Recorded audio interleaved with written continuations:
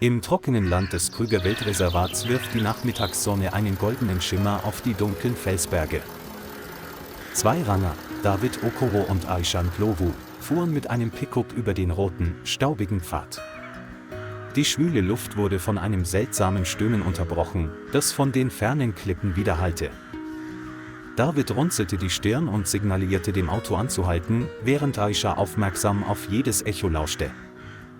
Der Ton wurde immer deutlicher und vermittelte ein Gefühl der Verzweiflung, das beide sofort anspannte.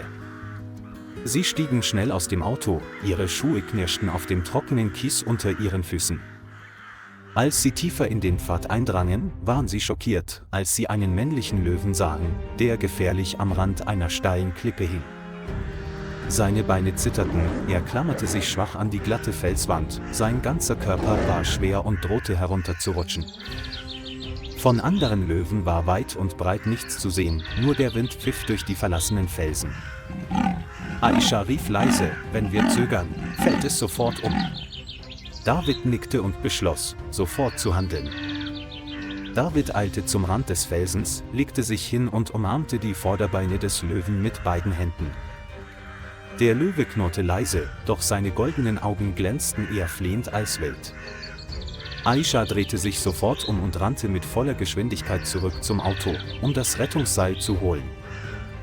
Am Rand der Klippe fielen Trümmerteile in den tiefen Abgrund und ließen Davids Herz schneller schlagen. Seine Arme waren von dem schrecklichen Gewicht taub, aber er biss die Zähne zusammen und hielt sich fest. Schweiß rann ihm über das sonnenverbrannte Gesicht, war mit rotem Staub bedeckt und klebte am Kragen seines Khaki-Hemdes.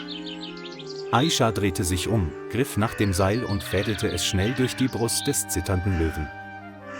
Sie band das Seil fest zu einer großen Schlaufe und zog dann kräftig daran, um es zu fixieren, sodass es sich nicht lösen konnte. Das andere Ende des Seils war um einen alten Baum geschlungen, der nahe am Rand des Felsens wuchs. David und Aisha zogen in Gleichklang, ihre Muskeln spannten und spannten sich bei jedem schweren Schlag. Der Löwe versuchte, seine Krallen in den Felsen zu graben, um die Zugkraft der beiden Menschen zu unterstützen. Das Keuchen von Menschen und Tieren, vermischt mit dem Geräusch herabfallender Trümmer, hallte durch den riesigen Raum. Jede Sekunde schien sich in die Ewigkeit zu ziehen, niemand wagte es loszulassen. Nach 15 angespannten Minuten wurde der schwere Körper des Löwen schließlich aus der Klippe gehoben. Es brach zu Boden, sein Bauch blutete und hatte einen langen Kratzer, während die beiden Ranger erleichtert aufatmeten. Der Löwe schnappte nach Luft, doch seine goldenen Augen blieben auf David und Aisha gerichtet, als ob er verstünde, dass sie ihn retten wollten. Ein schwaches Stöhnen entfuhr ihm, nicht mehr wild, sondern nur noch Erschöpfung und Dankbarkeit. David öffnete schnell den Erste-Hilfe-Kasten, den er mitgebracht hatte, und gab ihn Aisha, damit sie die darin enthaltenen Werkzeuge überprüfen konnte. Sie stimmten zu, es zu betäuben, um die Wunde sicher zu behandeln und das Risiko eines Angriffs zu vermeiden. Aisha injizierte schnell die Medizin, der Löwe fiel langsam in einen friedlichen Schlaf. Die beiden Männer begannen, die Bauchwunde zu desinfizieren, das Blut zu reinigen und dann vorsichtig einen Verband um den Bauch zu wickeln. Dann arbeiteten sie zusammen, um die schwere Karosserie anzuheben und auf die Ladefläche des Pickups zu laden. Das Auto schüttelte sich langsam und rollte über die holprige Bergstraße voller Schlaglöcher. Während der gesamten Fahrt legte David immer wieder seine Hand auf die Brust des Löwen und überprüfte seine Atmung.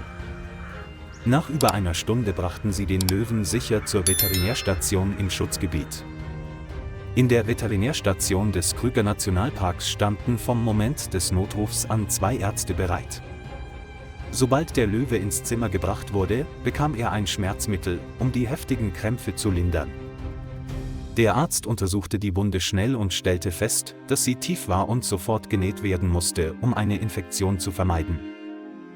In dem hell erleuchteten Raum klirrten dringlich Messer und medizinische Zangen. David und Aisha standen mit angespanntem Herzen vor der Tür und starrten mit ihren Augen auf jeden Moment. Die Operation dauerte mehr als 30 Minuten, jede Sekunde des Wartens brachte sie zum Schwitzen. Der Arzt nähte geduldig jeden Stich, so fest, wie jeder Hoffnungsschimmer wiederhergestellt wurde. Zum Schluss wurde die Wunde zugenäht und ein sauberer weißer Verband auf das leuchtend goldene Fell aufgebracht. Der Löwe wurde in einen großen Eisenkäfig gebracht und an eine Infusion angeschlossen, um seine Gesundheit zu erhalten. Das stetige Piepen des Herzmonitors beruhigte alle ein wenig. Als die Nacht hereinbrach, wurde sein schwacher Atem allmählich rhythmisch und nicht mehr drängend. David blieb mit schweren Augen außerhalb des Käfigs, weigerte sich jedoch, wegzugehen.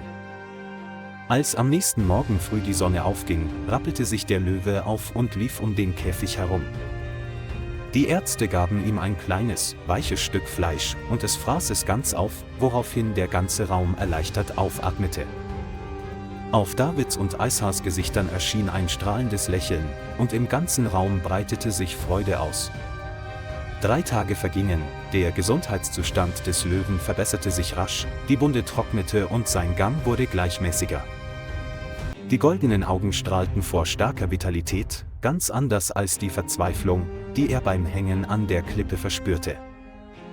Die Ärzte bestätigten, dass der Zustand stabil sei und eine Freilassung in die Wildnis in Betracht gezogen werden könne. David und Aisha kommen immer noch regelmäßig vorbei, überprüfen seine Atmung und füttern es bei jeder Mahlzeit. Der Löwe schien sich an ihre Gesichter zu erinnern und knurrte manchmal leise, wenn sie sich näherten. Jedes Stöhnen klang wie eine Begrüßung und ließ die beiden Ranger vor Rührung ersticken. Weit über die Grenzen zwischen Mensch und wildem Tier hinaus hat sich eine seltsame Bindung gebildet. Es fand eine kurze Besprechung statt, bei der Ärzte und Ranger einen Plan zur Freilassung des Tieres im Wald besprachen. Alle waren sich einig, die endgültige Entscheidung war gefallen, es in die Wildnis zurückzubringen. Der Entlassungstermin wurde festgelegt und das Team bereitete das Fahrzeug und den Spezialkäfig für die Rückreise in die Freiheit vor. Ein Spezialfahrzeug mit den Käfigen verließ die Station und fuhr in Richtung der Weiten des Krüger-Nationalparks.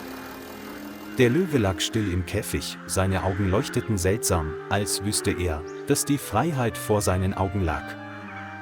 David und Aisha saßen dahinter und verfolgten mit hoffnungsvollen Augen jede Bewegung.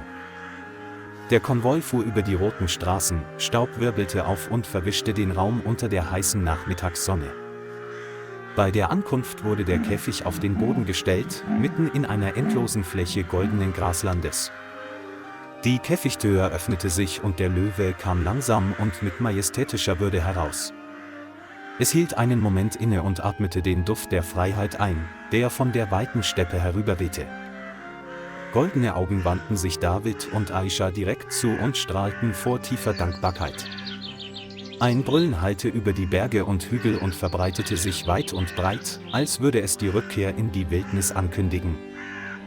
Das Brüllen war wild und warm zugleich und ließ die Herzen der beiden Ranger erzittern. David und Aisha standen still, sagten kein Wort und spürten einfach, wie das Glück in ihnen aufstieg. Der Löwe drehte sich um und schritt kraftvoll in das hohe, grüne Gras. Die goldene Mähne wiegte sich im Wind und reflektierte das helle Nachmittagssonnenlicht. Seine Gestalt verschwand allmählich hinter den riesigen roten Felsen in der Ferne. David und Aisha wussten, dass sie gerade Zeuge eines stillen Austauschs der Dankbarkeit zwischen Mensch und Tier geworden waren.